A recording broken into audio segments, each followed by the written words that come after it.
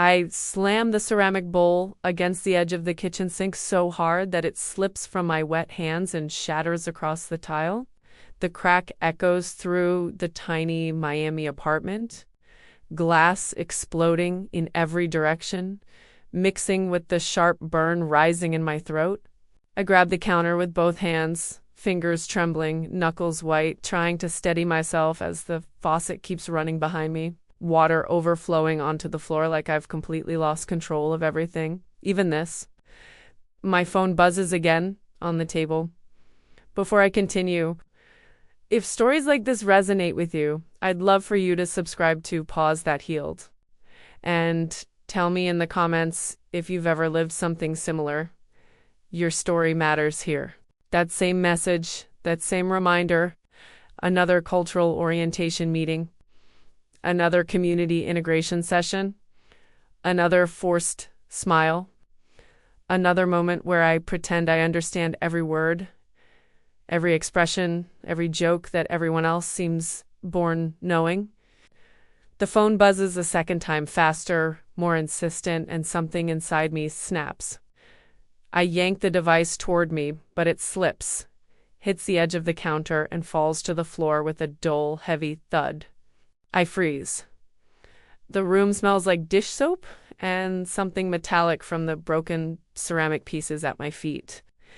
Outside, through the half-closed blinds, the Miami sun is too bright, too loud, too different from everything I once knew.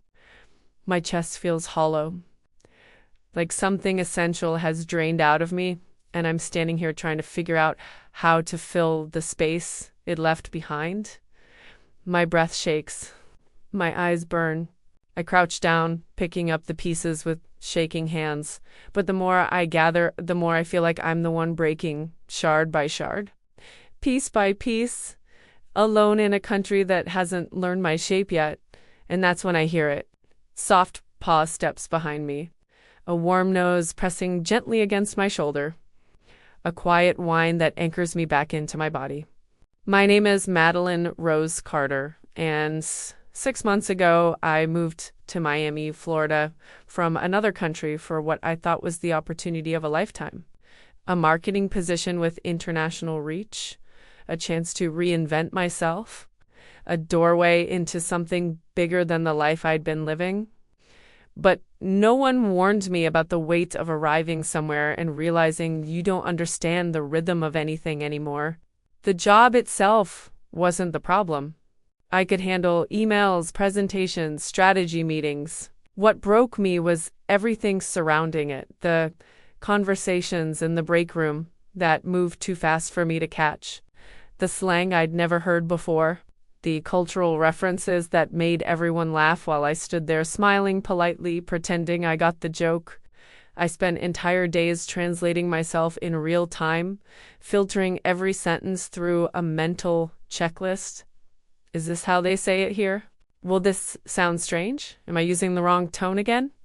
Miami is loud in ways I wasn't prepared for. The humidity clings to your skin like a second layer you can't peel off. Traffic hums constantly beneath the sound of Spanish, English, Creole blending together in a chorus I couldn't quite tune into. Even the food tasted different, familiar ingredients prepared in unfamiliar ways, leaving me homesick for flavors I couldn't name.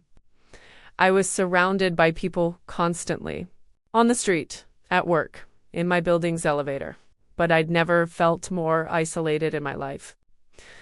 Sundays were the worst. Back home, Sundays meant family dinners, long conversations that stretched into evening, the comfort of being known without having to explain yourself.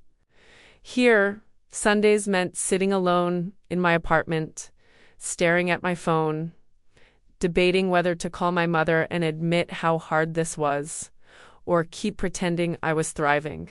I always chose pretending. I ate most meals alone, cried only in the shower so my neighbors wouldn't hear through the thin walls. My apartment wasn't a home, it was a box I returned to at the end of each day, a place to collapse and reset before doing it all over again. Small failures crushed me in ways they never had before. Mispronouncing a street name. showing up to a casual work event overdressed, not understanding that let's do coffee sometime didn't actually mean they wanted to meet. Every mistake felt like proof that I didn't belong here, that I was performing a version of myself that would never quite fit. I started losing track of who I actually was. The person I'd been back home felt like a memory I could barely touch anymore, and the person I was becoming here felt like a poorly drawn sketch. Incomplete, unstable, always one wrong word away from falling apart. But I wasn't entirely alone. There was one presence in my life who tried, in quiet ways, to reach me, who followed me from room to room, even when I ignored him, who rested his head on my knee during my worst moments, asking nothing in return, who waited patiently for me to see what he'd been offering all along. I just hadn't been ready to let him in yet. His name was Rocco. I adopted him 3 weeks after arriving in Miami. During one of those early days when I still believed structure and routine could save me from the loneliness pressing against my chest. The rescue shelter was small, tucked between a laundromat and a corner store that sold empanadas. I was still too anxious to try. I walked in telling myself I just wanted to look, that I wasn't ready for the responsibility of another living thing when I could barely take care of myself. But Rocco looked at me from the back of his kennel with these deep brown eyes that didn't ask for anything, didn't beg, didn't perform. He just sat there, calm and steady, like he already knew something I didn't. The shelter worker told me he'd been found wandering near Biscayne Bay. No collar, no chip, no history anyone could trace. A stray who'd survived alone long enough to understand that survival didn't mean you stopped hoping for a connection. I signed the papers that same afternoon. For the first few months, I went through the motions. I fed him, walked him, made sure he had water and a clean space to sleep. But I couldn't emotionally connect. Not really. I was too buried under the weight of my own displacement to recognize that he was trying to build a bridge between us, one quiet gesture at a time. Until the moment with the shattered bowl, when I crouched on that kitchen floor, hands shaking, ceramic shards scattered around me like the broken pieces of everything I'd tried to hold together, that's when Rocco moved, slowly, deliberately.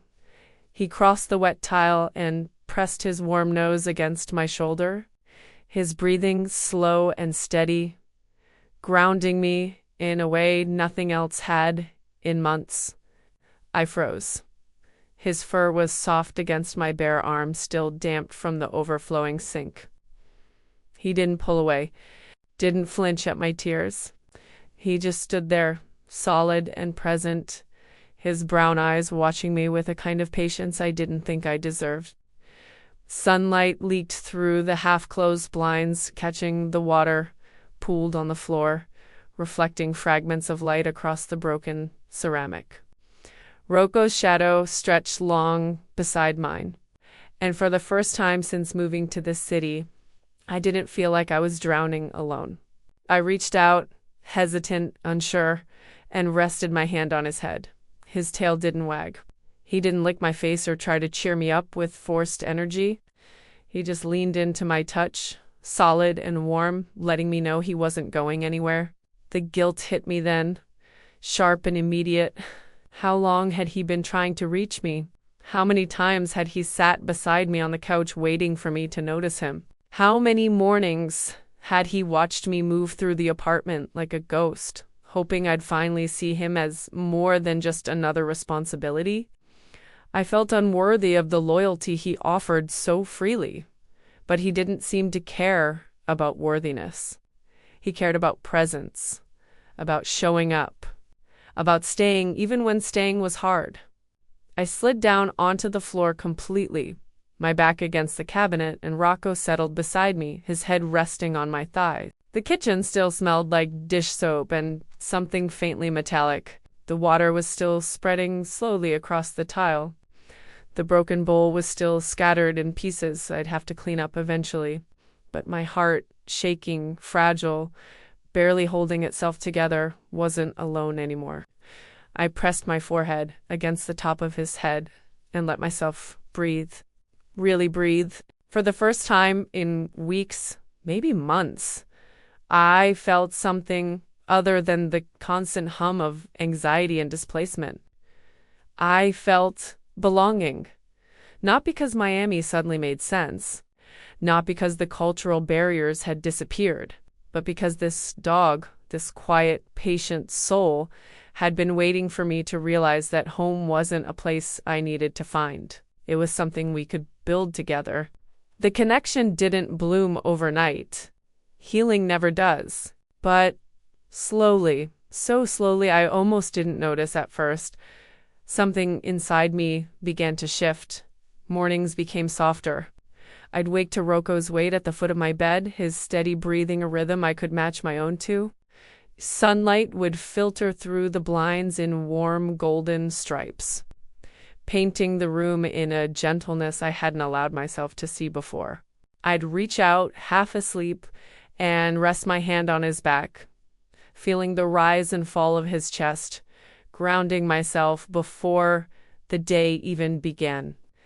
The kitchen, the same space where I'd shattered that ceramic bowl, started to feel different. Less like a battleground and more like a place where small rituals could take root.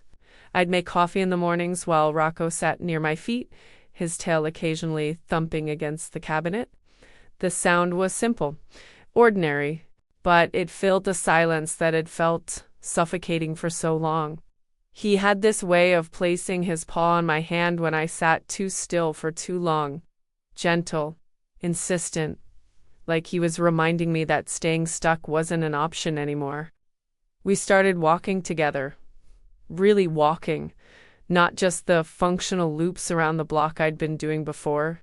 Rocco had his own pace, his own curiosity, and he refused to let me rush through the world the way I'd been doing since I arrived. He'd stop to sniff everything. A patch of grass, a fire hydrant, a crack in the sidewalk where something interesting had passed through. At first it frustrated me. I wanted efficiency. I wanted to get it done and go back inside where I could hide, but Rocco didn't care what I wanted. He cared about the moment. And eventually, I stopped fighting it. We'd walk through neighborhoods I'd never explored, past pastel-colored buildings with wrought-iron balconies, under palm trees that swayed in the Biscayne breeze. The air smelled like salt and jasmine, and something faintly sweet I couldn't name. Rocco would pull me toward the water sometimes, and we'd stand there together, watching the light shift across the bay, the city humming softly behind us. I started noticing things I'd been too overwhelmed to see before. The way the sunset turned the sky into shades of orange and pink that didn't exist anywhere else. The sound of music drifting from open apartment windows, salsa, reggaeton, old jazz records, mixing together in a soundtrack that felt less chaotic and more like a heartbeat. The warm smell of bread baking at the corner bakery I'd walked past 100 times without stopping. Miami wasn't gentler, but I was learning how to move through it without feeling like I was constantly bracing for impact. Rocco had this way of sensing my worst days before I even fully felt them myself. On mornings when the weight pressed too heavy on my chest, when getting out of bed felt impossible, he'd nudge me. Soft at first, then more insistent. He'd rest his head on the edge of the mattress and stare at me with those steady brown eyes until I finally moved. He didn't let me isolate the way I used to. Some days I resented it. I wanted to stay buried under the covers, wanted to let the sadness swallow me whole. But Rocco wouldn't allow it. He'd paw at the door, circle back to me, whine softly until I gave in, and clipped the leash to his collar. And every single time, once we were outside, once the air hit my face and Rocco started pulling me forward, I felt the heaviness lift just a little. He was teaching me something I'd forgotten. That belonging didn't mean understanding everything. It didn't mean mastering the language or the culture or the unspoken rules. It meant showing up. It meant moving through the world even when it felt foreign. It meant letting yourself be seen by someone, anyone, even if that someone had 4 legs and a tail. I started laughing again. Small moments at first. Rocco chasing a lizard across the courtyard and skidding to a stop when it disappeared into a crack in the wall. The way he'd tilt his head when I talked to him, like he was really trying to understand. The ridiculous joy he showed every single time I came home, even if I'd only been gone 20 minutes. His happiness was uncomplicated, and being near it reminded me that mine could be too. My apartment stopped feeling like a box. I bought a plant, then another. I hung a picture on the wall, something small, something that made the space feel less temporary. I started cooking again, not just reheating leftovers, but actually making meals that filled the kitchen with warmth and the kind of smells that felt like care. Rocco would lie near my feet while I chopped vegetables, his presence so steady and undemanding that I started talking to him about my day, about the things that still confused me, about the small victories I was too embarrassed to share with anyone else. He never judged, never offered advice. He just listened, and somehow that was enough. One evening after a particularly long walk along the waterfront, I sat on the floor of my living room with my back against the couch, Rocco curled beside me.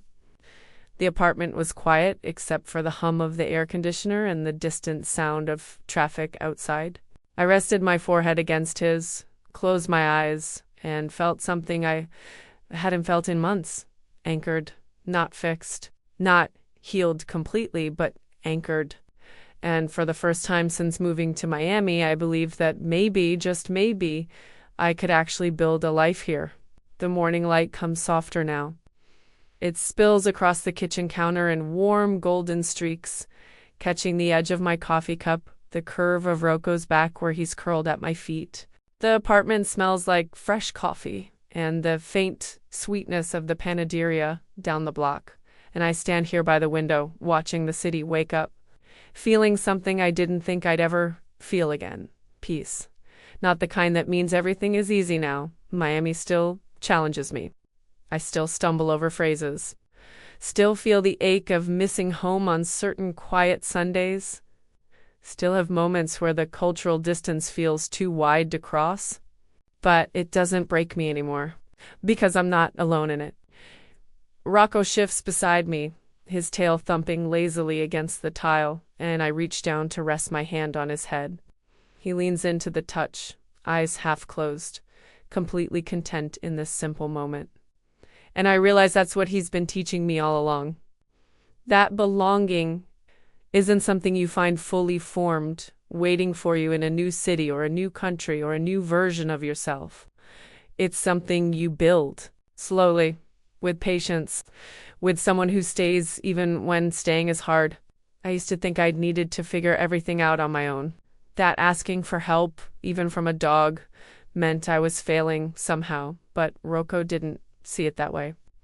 He didn't wait for me to be strong or capable or fluent in a language I barely understood. He just showed up every single day, in the kitchen, on the couch, beside my bed, waiting for me to realize that connection didn't require perfection. It just required presence. Miami doesn't feel like a strange country anymore. It feels like a place where I'm learning to grow roots, where the streets are becoming familiar, where the sounds and smells and rhythms are starting to make sense, not because they've changed, but because I've learned how to move through them differently. I look down at Rocco, his eyes soft and trusting, and something tightens in my chest. Not with pain this time, with gratitude. He didn't fix everything. He didn't erase the loneliness or the cultural displacement or the moments when I still feel like I'm translating myself in real time.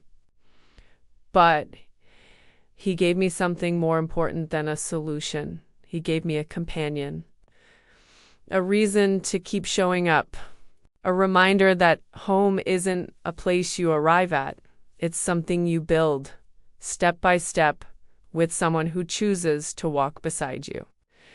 The sunrise stretches across the horizon, painting the sky in shades of pink and orange, and Rocco leans his weight against my leg, solid and warm and steady. I thought moving to Miami would teach me how to adapt, but Rocco taught me something better. He taught me how to belong. If this story touched you, please subscribe and share your thoughts in the comments. Your voice helps this community grow. And if a dog has ever changed your life, feel free to share your story with us. I thought I was saving him, but he saved me.